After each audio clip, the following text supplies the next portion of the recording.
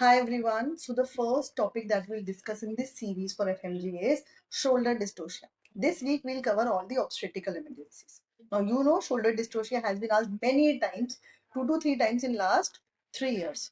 So what is shoulder dystocia? There has been question on shoulder dystocia. You should remember what is the definition. If the vaginal delivery is happening, head is delivered, but the shoulders don't come even after 1 minute. So remember, even after 1 minute or 60 seconds, if the shoulders don't follow, that is shoulder dystocia. That is definition.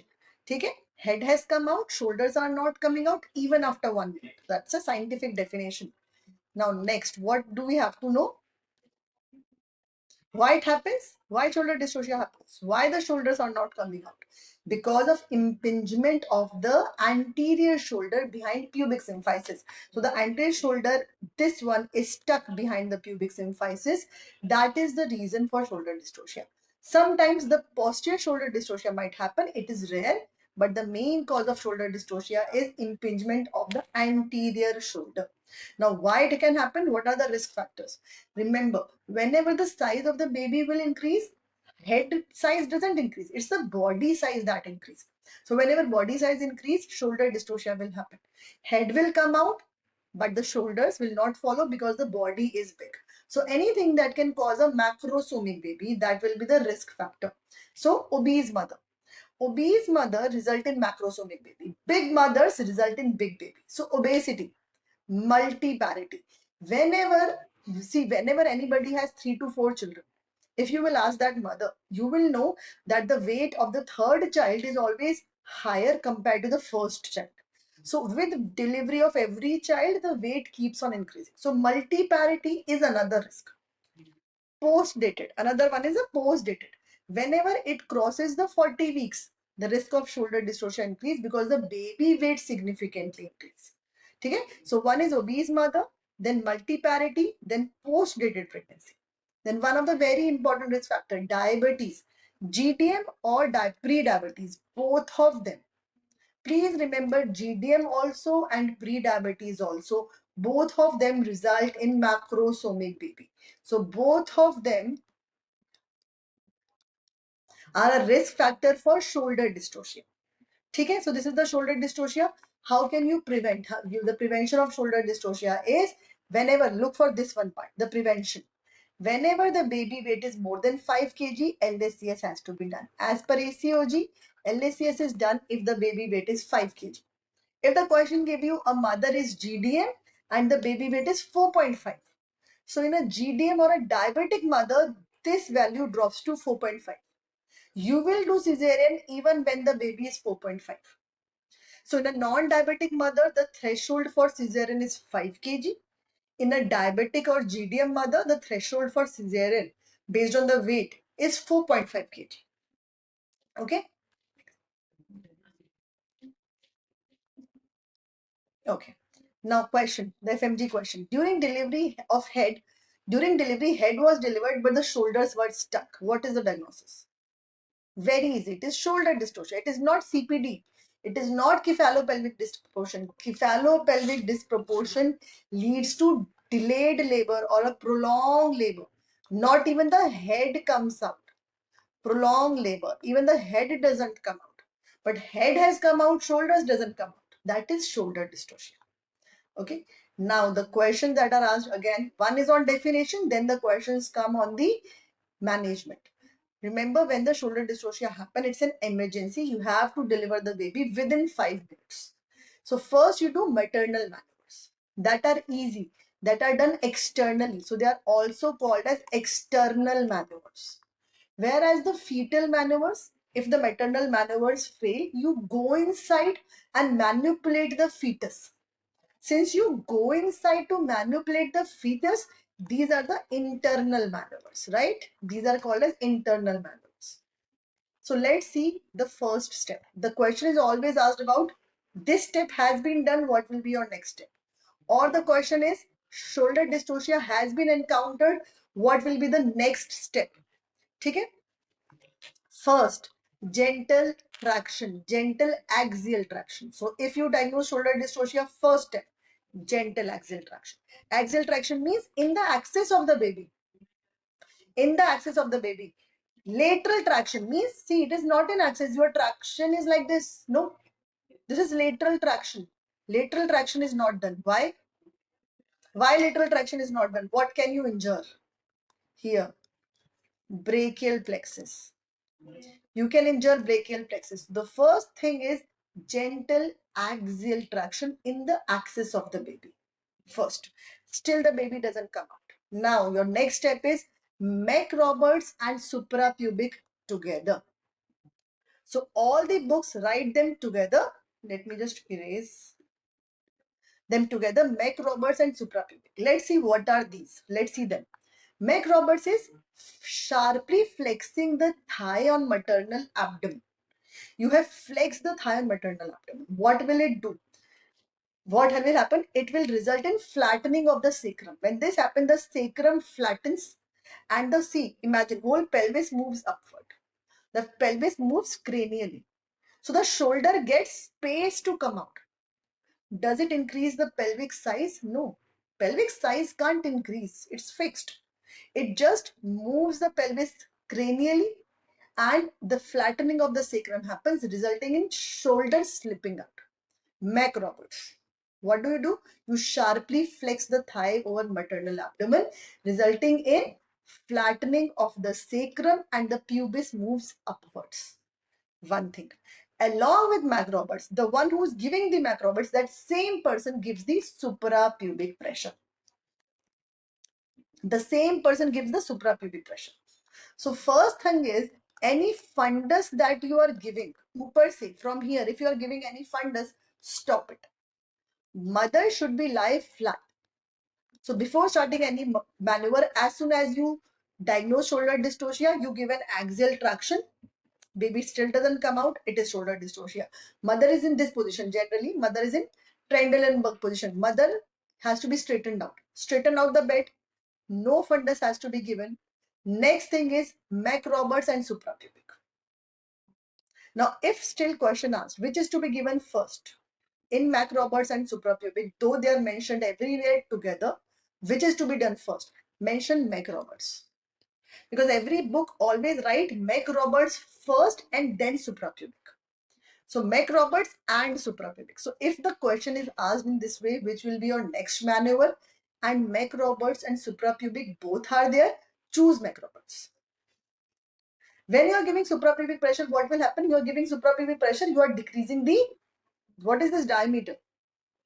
Biacromial diameter. You are decreasing the biacromial diameter. Okay? So these are the first maneuvers, external maneuvers.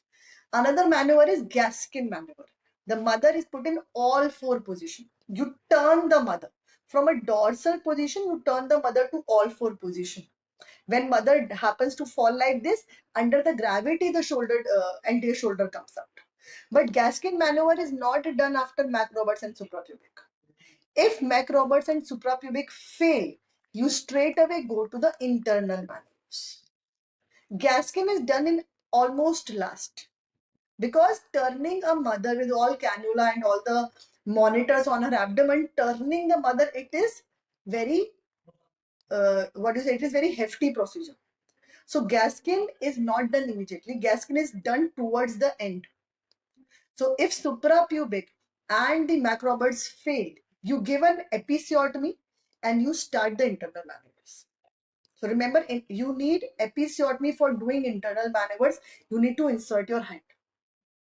What are the internal maneuvers? First, anterior shoulder is not coming out. Sweep out the posterior shoulder. Can you see in the image? Search the posterior shoulder and bring the posterior shoulder out. Once you bring the posterior shoulder out, the diameter is reduced by 1 acromion. It is out. Anterior shoulder will come. You call it Jacquemer maneuver. Remember the name, question can come by the names.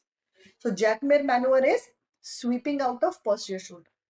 That doesn't come. Now rotational maneuvers means you rotate the baby. There are two rotational maneuvers. Rubens maneuver. You use one hand.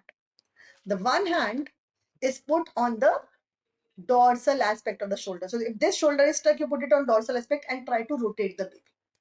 You try to rotate the baby by almost 30-degree angle. Why?